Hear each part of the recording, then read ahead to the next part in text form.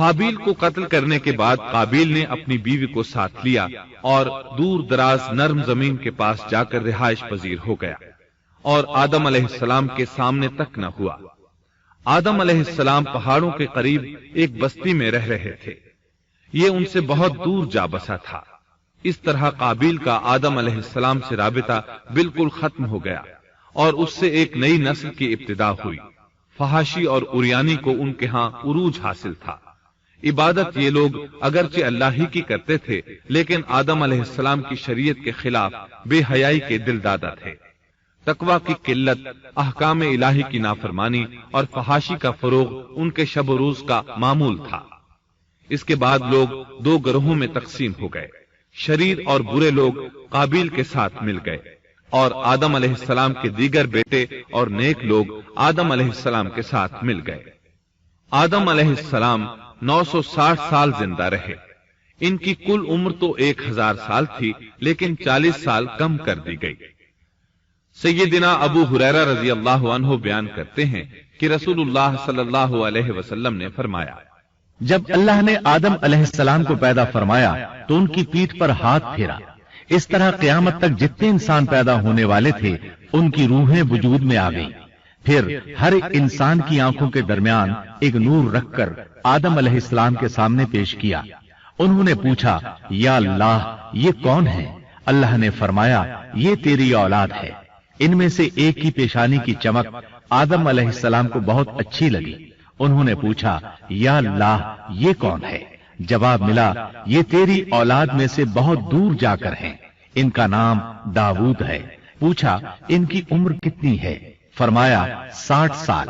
آدم علیہ السلام کہنے لگے، یا اللہ 40 سال میری عمر میں سے ان کی عمر میں شامل کر دے۔ اس سلسلے میں دوسری روایت یوں آئی ہے، جب آدم علیہ السلام کی روح قبض کرنے کے لیے فرشتہ آیا تو وہ کہنے لگے، میری عمر میں تو ابھی 40 سال باقی ہیں۔ اس وقت ان کی عمر 960 سال تھی۔ انبیاء اپنی عمر سے واقف ہوتے ہیں۔ فرشتے نے کہا، کیا آپ کو یاد نہیں آپ نے اپنی عمر کے 40 سال اپنی اولاد داؤد کو ہبہ کر دیے تھے؟ رسول اللہ صلی اللہ علیہ وسلم نے فرمایا، چونکہ آدم علیہ السلام نے انکار کیا تو ان کی اولاد بھی انکار کی عادی ہے۔ آدم علیہ السلام خود بھول گئے، ان کی اولاد بھی بھولتی ہے۔ آدم علیہ السلام نے خطا کی، ان کی اولاد بھی خطا کرتی ہے۔ حابیل کے قتل کے بعد اللہ تعالیٰ نے آدم اور حوا علیہ السلام کو اس کا نعم البدل عطا کیا۔ اس کا نام انہوں نے شیس رکھا۔ شیس کا مطلب ہے اللہ کا دیا ہوا تحفہ۔ حابیل کے قتل پر آدم اور حوا علیہ السلام دونوں بہت غمگین ہوئے، اس لیے اللہ نے بدلے میں انہیں شیس علیہ السلام عطا فرمائے۔ سیدنا ابو ذر غفاری رضی اللہ عنہ سے مروی ایک صحیح حدیث میں ہے کہ رسول اللہ صلی اللہ علیہ وسلم نے فرمایا، اللہ تعالیٰ نے 104 صحیفے نازل فرمائے، ان میں سے 50 صحیفے شیس علیہ السلام پر نازل ہوئے۔ ان صحیفوں میں ایسے قوانین، اصول اور ضابطے تھے جن سے انسانیت کی زندگی منظم ہوتی ہے۔ شیس علیہ السلام نے آدم علیہ السلام سے علم حاصل کیا، لیکن آدم علیہ السلام کا تمام علم وہ حاصل نہ کر سکے، اس لیے کہ آدم علیہ السلام نے بالمشافہہ اللہ تعالی سے علم حاصل کیا تھا اور بہت سی اشیاء کا علم اللہ تعالی نے انہیں سکھا دیا تھا، اس لیے وہ تمام علماء سے بڑھ کر عالم تھے۔ شیس علیہ السلام نے آدم علیہ السلام سے علوم سیکھ کر لوگوں کو سکھائے۔ لوگوں نے ان سے مختلف علوم، فنون اور پیشے سیکھے۔ انہیں شہروں میں رہنے سہنے کے بارے میں تعلیم دی، دن رات کے حسابات سے انہیں آگاہ کیا اور انہیں بتایا کہ کن اوقات میں وہ اللہ کی عبادت کریں اور عبادت کے طریقے انہیں سکھائے۔ احادیث میں اس کی وضاحت ملتی ہے۔ امام احمد رحمت اللہ علیہ بیان کرتے ہیں کہ ابو زمعہ سعدی کہتے ہیں کہ انہوں نے مدینے میں ایک شیخ کو لوگوں سے کلام کرتے دیکھا تو ان کے متعلق پوچھا، یہ کون شخص ہے؟ لوگوں نے بتایا کہ یہ ابی بن کعب رضی اللہ عنہ ہیں، بڑے صحابہ میں ان کا شمار ہوتا ہے، تمام مسلمانوں سے بڑھ کر قرآن اور اس کی تفسیر کے عالم ہیں۔ ابو زمعہ فرماتے ہیں کہ ابی بن کعب رضی اللہ عنہ اس وقت یہ واقعہ بیان کر رہے تھے کہ جب آدم علیہ السلام کی وفات کا وقت قریب آیا تو انہوں نے اپنے بیٹوں سے فرمایا میرا جنت کے پھل کھانے کو جی چاہتا ہے۔ جنت کے پھل دنیاوی پھلوں جیسے ہی ہوتے ہیں، سیب، انار، انگور، یہ سب جنت میں موجود تھے۔ جنت کے اور دنیا کے پھلوں میں فرق یہ ہے کہ دنیاوی پھل بدبودار ہو جاتے ہیں، جبکہ جنتی پھل کبھی بدبودار نہیں ہوتے۔ اسی طرح دنیاوی پھلوں کا ذائقہ عارضی ہوتا ہے، جبکہ جنتی پھلوں کا ذائقہ ہمیشہ برقرار رہتا ہے۔ اس لیے آدم علیہ السلام نے چاہا کہ وہ جنت کے پھل کھائیں۔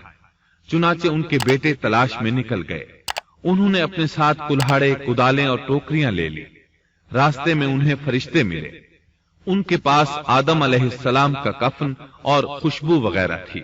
انہوں نے پوچھا، آدم کے بیٹو، کس چیز کی تلاش میں ہو؟ کہاں جا رہے ہو؟ انہوں نے جواب میں کہا، ہمارے والد مریض ہیں، انہیں جنت کے پھلوں کی خواہش ہے۔ فرشتے ان کے سامنے انسانی شکل میں آئے تھے۔ ان کی بات سن کر بولے، واپس جاؤ، تمہارے والد فوت ہونے کے قریب ہیں۔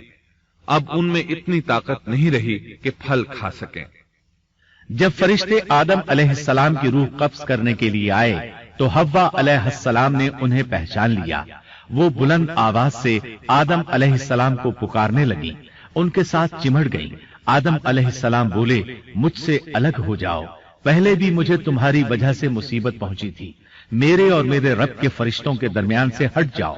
پھر فرشتوں نے آدم علیہ السلام کی روح قبض کی، انہیں غسل دیا، کفن پہنایا، خوشبو لگائی، آپ کی قبر کھودی۔ پھر انہوں نے آدم علیہ السلام کی نماز جنازہ ادا کی۔ اس کے بعد انہیں قبر میں اتارا، پھر اوپر مٹی ڈال دی اور بولے، آدم کے بیٹو، تمہارے لیے یہی طریقہ ہے۔ اس وقت تک لوگ کفن دفن کے احکامات سے واقف نہیں تھے۔ انہیں علم نہ تھا کہ قابیل نے اپنے بھائی کو کیسے دفن کیا تھا، اس لیے فرشتوں کو بھیجا گیا تاکہ تدفین کا طریقہ بتا دیں۔ تو اس طرح انسان کو دفن کرنے کا طریقہ معلوم ہوا جو فرشتے لے کر آئے تھے۔ آدم علیہ السلام نے اپنی 960 سال کی مکمل زندگی میں سوائے اس درخت کا پھل کھانے کے اور کوئی خطا نہیں کی۔ یہ تھا ہمارے باپ سیدنا آدم علیہ السلام کا اسوہ اور سیرت طیبہ کا حال۔ آپ کی وفات کے 1 سال بعد حوا علیہ السلام بھی وفات پا گئیں۔ آدم علیہ السلام کی وفات کے بعد ان کے بیٹے شیس علیہ السلام نے ان کی ذمہ داریاں سنبھال لی۔ اب تبلیغ کا کام انہیں کرنا تھا۔ ادھر قابیل جو نرم زمین میں جا آباد ہوا تھا، اس کی اولاد نے فتنہ و فساد اور سرکشی کی زندگی اختیار کی۔ انہوں نے قتل و غارت گری کا بازار گرم کر دیا۔ یہ لوگ آدم علیہ السلام کی قوم کے پاس سے گزرتے تو وہاں بھی فساد مچاتے۔ ابن عباس رضی اللہ عنہما سورۃ الاحزاب آیت 33 کی تفسیر کرتے ہوئے فرماتے ہیں، پرانے زمانے کی جاہلیت کی طرح اپنے بناؤ کا اظہار نہ کیا کرو۔ اس وقت 2 نسلیں آباد تھیں، ایک پہاڑ پر اور دوسری نرم زمین پر۔ پہاڑوں کے مرد خوش شکل تھے، عورتیں سیاہ فام تھیں، جبکہ زمین والوں کی عورتیں خوبصورت تھیں اور مردوں کے رنگ سانولے تھے۔ اب ابلیس نے اپنا کام شروع کیا۔ وہ انسانی شکل میں نرم زمین والوں کے پاس آیا اور ایک شخص کا غلام بن کر رہنے لگا۔ پھر اس نے بانسری شکل کی ایک چیز ایجاد کی اور اس کو بجانے لگا۔ لوگ اس آواز پر لٹو ہو گئے، اس کے گرد بھیڑ لگا کر سننے لگے۔ پھر ایک دن میلے کا مقرر ہو گیا، اس میں 1000 مرد اور عورتیں جمع ہونے لگے۔ اتفاق سے وہاں ایک دن ایک پہاڑی آدمی بھی آ گیا۔ اس نے میدانی عورتوں کے حسن و جمال کو دیکھا۔ اس نے اپنے قبیلے والوں سے ان کے حسن و جمال کا ذکر کیا۔ اب وہاں کے لوگ کثرت سے میدانی علاقے میں آنے لگے۔ اس طرح آہستہ آہستہ مردوں اور عورتوں میں اختلاط بڑھا، بدکاری اور زناکاری عام ہوئی، جبکہ یہ سب کام شیس علیہ السلام کی شریعت میں حرام تھے۔ یہ سب بیان کرنے کے بعد ابن عباس رضی اللہ عنہما کہتے ہیں، اللہ تعالی کے قول اور قدیم جاہلیت سے یہی مراد ہے، کیونکہ ان لوگوں نے زمین میں ایک عظیم فساد اور انتشار برپا کر رکھا تھا۔ شیس علیہ السلام اپنی قوم کے لوگوں کو سمجھاتے رہے کہ وہ ان شریر اور فسادی لوگوں کے ساتھ میل جول نہ رکھیں، لیکن شیطان مسلسل انہیں ورغلاتا رہا، یہاں تک کہ شیس علیہ السلام کے ساتھ بہت تھوڑے لوگ رہ گئے اور قابیل کی قوم میں بہت اضافہ ہو گیا۔ لوگ یوں ہی زندگی بسر کرتے رہے یہاں تک کہ اللہ تعالیٰ نے ان میں ادریس علیہ السلام کو مبعوث فرمایا۔